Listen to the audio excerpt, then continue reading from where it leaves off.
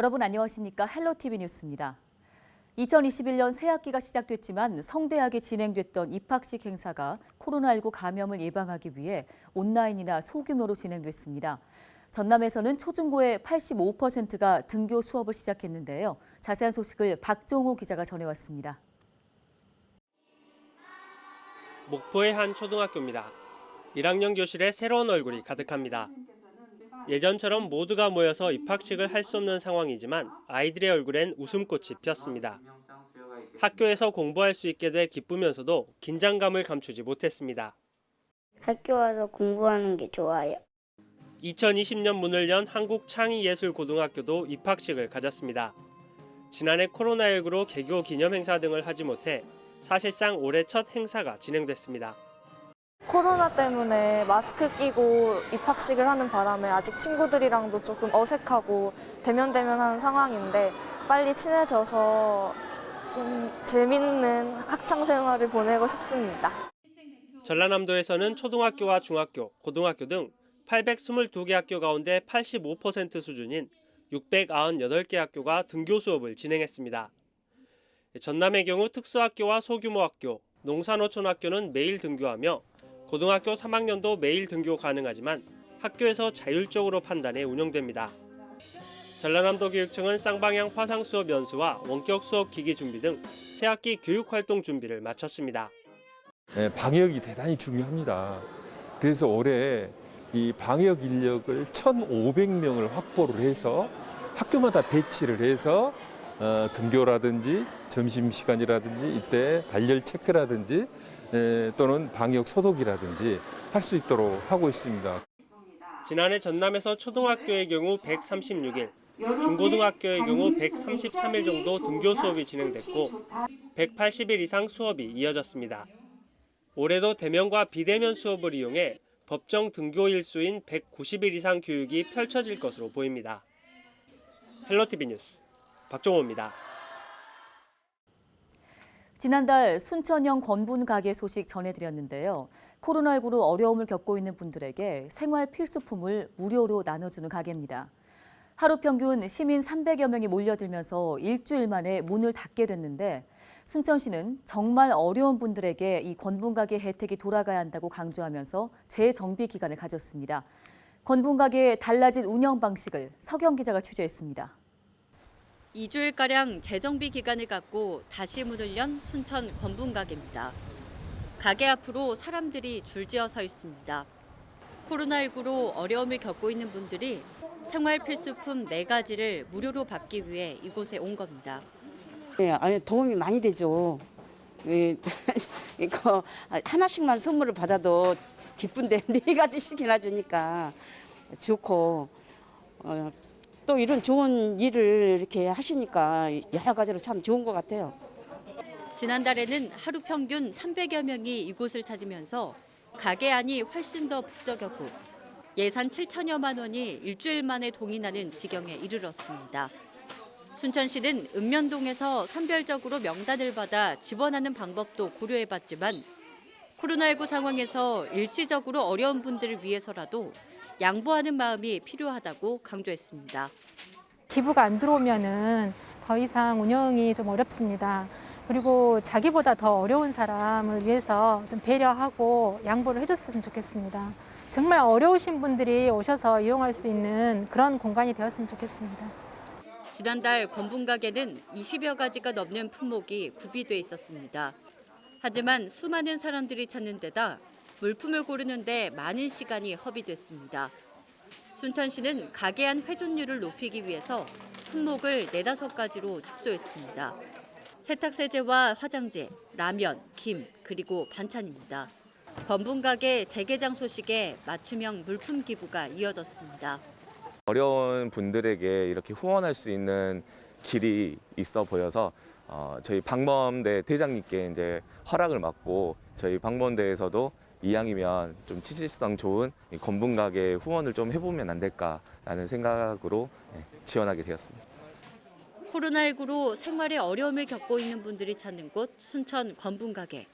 앞으로는 상시 운영이 아니라 기부 물품 조달 상황에 맞춰 가게 문을 열 예정입니다. 헬로티비 뉴스 서경입니다. 광양시가 재난지원금 지급을 결정했습니다. 오는 4월에서 5월쯤에 구체적인 가닥이 잡힐 것으로 보이는데요. 어떤 방식으로 지급될지에 관심이 모아집니다.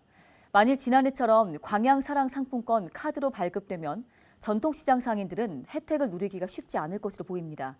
김신혜 기자가 현장 취재했습니다. 지난해 전남에서 가장 먼저 재난지원금을 지급한 광양시. 지난해에 이어 올해도 광양 시민들에게 재난지원금이 지급될 것으로 보입니다. 지급 금액과 방식 등은 시의회와 협의를 거쳐 오는 4월에서 5월쯤 결정될 예정입니다. 다만 실질적인 지급 시기는 사회적 거리 두기 단계에 따라 더 늦춰질 가능성도 있습니다. 정부에서도 그 경제 활동을 자제하고 있고요. 소비를 촉진하는 정책은 이제 방역에 혼선을 줄 우려가 있고, 우리 시 같은 경우에는 지금 정부 4차 재난지원금 지급 상황을 보면서 재난지원금 지급이 결정되자 어떤 방식으로 지급될지에 관심이 쏠리고 있습니다. 그 방식에 따라 재난지원금을 줘도 함께 웃지 못하는 사람들도 있기 때문입니다. 특히 이곳 전통시장 상인들은 지난해에 이어 올해도 이 광양사랑 상품권 카드로 지급될까 우려를 표하고 있습니다.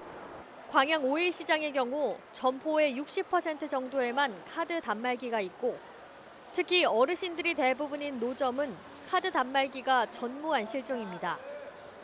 우리 시장에서는 별로 쓰신 분들이 없습니다. 솔직히 영세업자들 이렇게 시장 노점 이런 상인들은 그런 시설이 안 돼 갖고 있어요.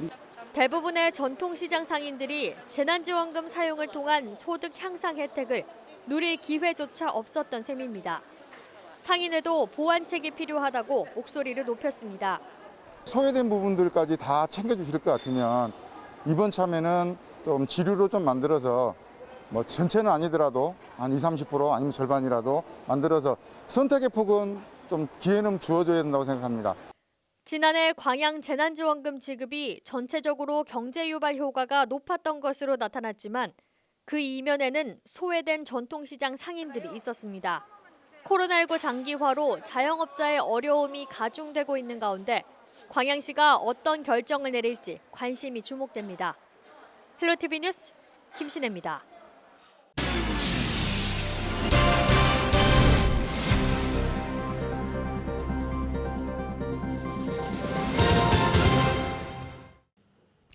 순천 지역 쓰레기 매립량 부족 문제, 지난주에 보도해드린 바 있습니다. 그 대책의 일환으로 쓰레기 매립장 추가 조성 사업과 함께 생활쓰레기 20% 감축 목표를 내세운 상황인데요. 순천시가 공무원부터 솔선수범하자는 취지로 청사내 일회용품 사용 금지를 선언했습니다. 일회용품을 쓰는 건 물론이고 반입조차 모두 금지됩니다. 첫날 풍경을 서경 기자가 취재했습니다. 이른 오전 시간 순천시청 홍보팀 사무실입니다. 주무관 책상 곳곳마다 유리잔이 놓여져 있습니다. 순천시가 일회용품 사용 금지를 선언하면서 다회용 컵을 쓰고 있는 겁니다. 사무실 내부에 있는 싱크대 공간에도 씻어진 텀블러가 놓여져 있습니다. 홍보실 업무 특성상 불특정 다수의 사람들이 많이 오가는데 차를 대접할 때도 종이컵을 쓰지 않기로 결정하면서 종이컵은 한 개도 찾아볼 수 없게 됐습니다. 앞으로 순천시에서 개최하는 모든 행사장에서도 일회용품 사용은 금지됩니다. 또 플라스틱 운동을 하면서 손님들이 오실 때도 이제 플라스틱이 아닌 그냥 다이용품으로나 컵으로 드리려고 많이 노력을 하고 있고요. 저도 이제 텀블러나 유리잔을 갖고 다니면서 그것을 좀 자주 쓰려고 노력하고 있습니다. 행사를 진행할 때 일회용품을 사용하지 않도록 다회용품을 청사내에 비치를 하고, 이 문화가 정착이 되려면 저뿐만 아니라 모든 시청 직원분들께서도 일회용품을 사용하지 않도록 노력하시는 게 중요할 것 같습니다. 순천 지역에서 나오는 모든 쓰레기는 왕지동 매립장에서 처리되는데 이 매립장의 사용 기한은 2년밖에 남지 않았습니다. 일부 지역 주민들의 님비 현상으로 새로운 매립지를 찾지 못하고 있는 상황.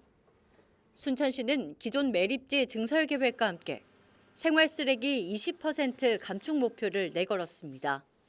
일회용품 사용 안 하기, 재활용 분리배출 철저히 하기, 아이스팩 모으기 등 전 시민 차원의 동참이 필요한 상황입니다.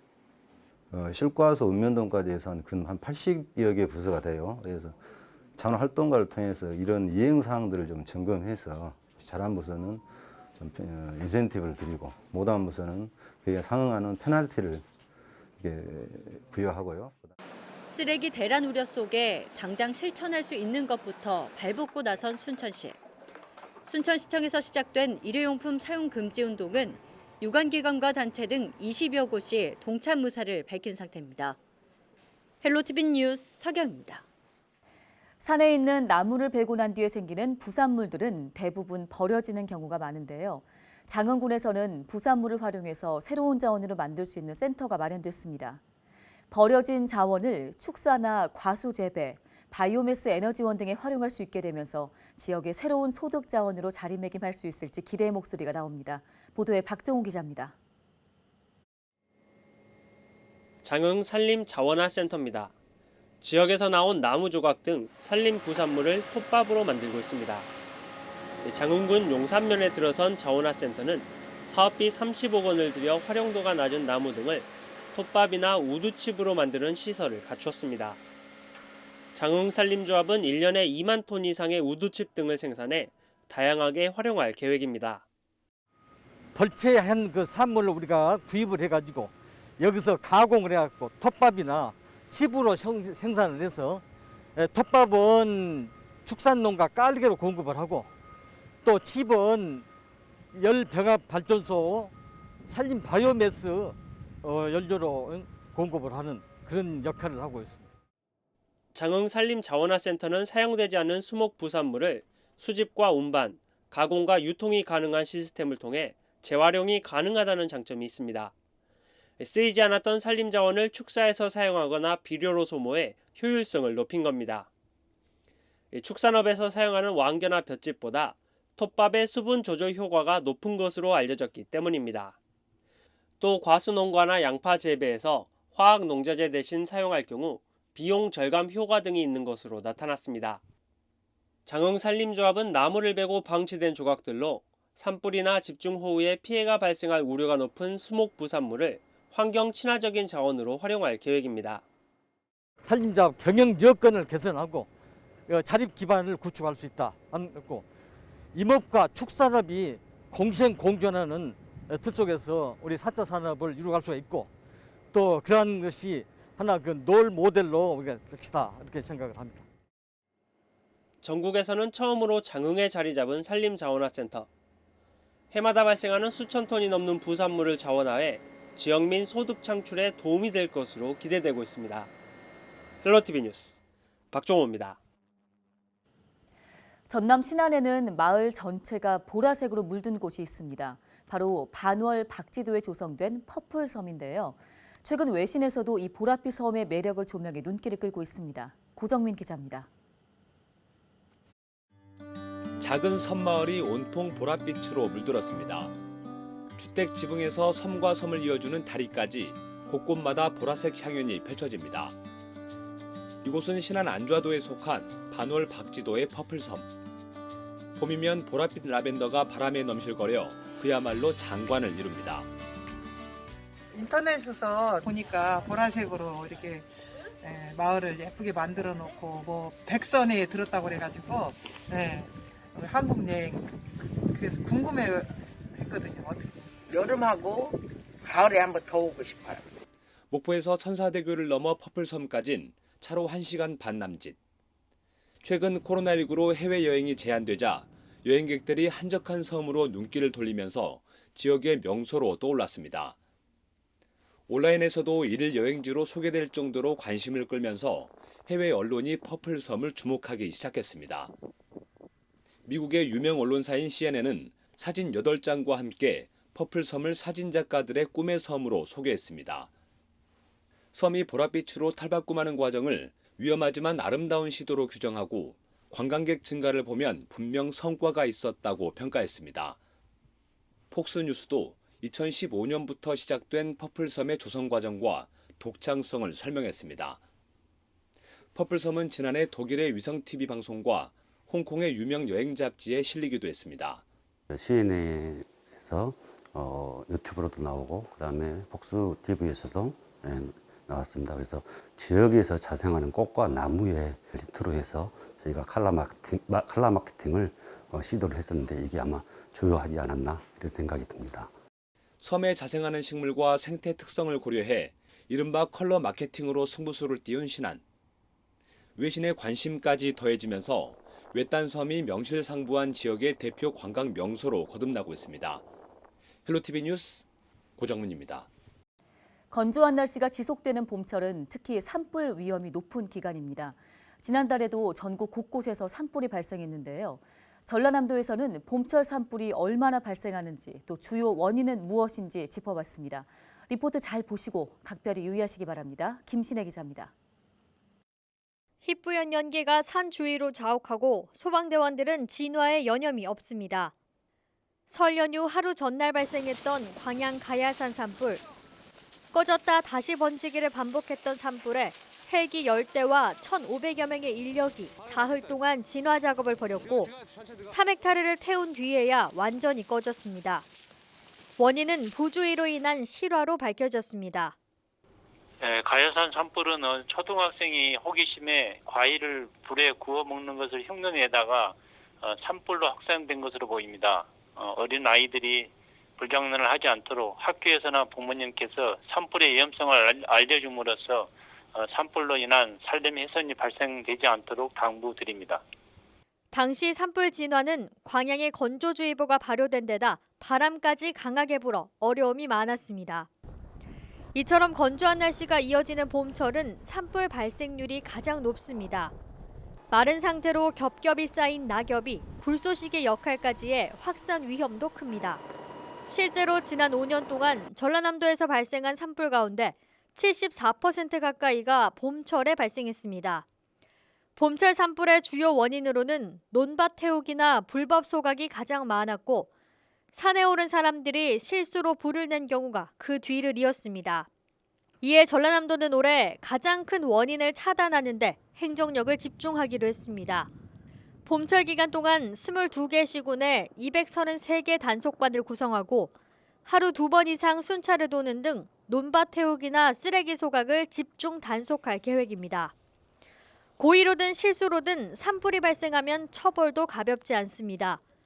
고의로 산불을 낼 경우에는 5년 이하 징역, 실수로 낼 경우에도 3년 이하의 징역 또는 3천만 원 이하의 벌금을 내야 합니다.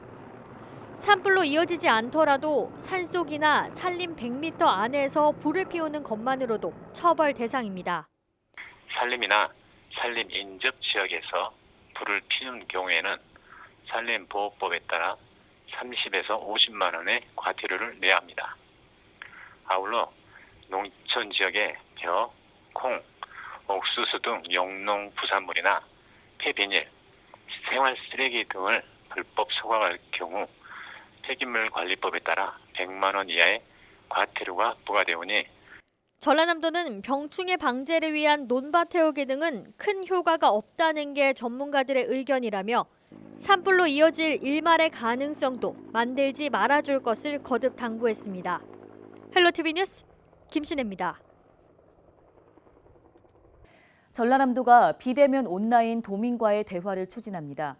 전라남도는 지난해 코로나19 영향으로 취소됐던 도민과의 대화를 온라인 비대면 방식으로 추진할 계획입니다. 이번 행사는 기관 단체장과 주민 대표 등 현장 참석자를 50명으로 최소화하고 비대면 참석자를 150여 명 참석시킬 예정입니다. 온라인 도민과의 대화는 오는 12일 광양시를 시작으로 무안군과 곡성군이 예정돼 있습니다.